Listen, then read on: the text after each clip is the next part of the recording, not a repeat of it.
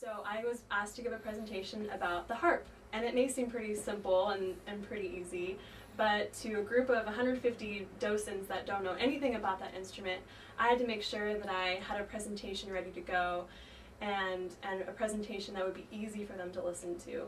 So the things that I took away from my high impact presentation course were audience participation, having a Q&A session, having a way of starting the presentation and ending the presentation in a powerful way. And my way of doing that was starting the presentation and ending it with some funny Harpo Marx videos of him playing the harp.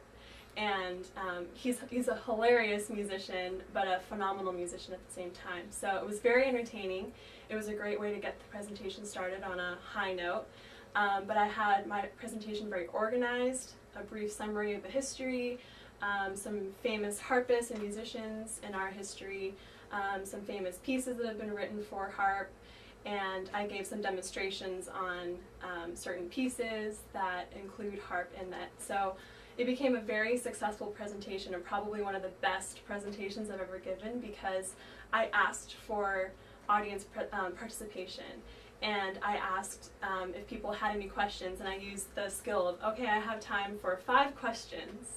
And so that just gave a good sense of power that I had in the presentation, that I was commanding the presentation, and that I wasn't feeling overwhelmed by the audience.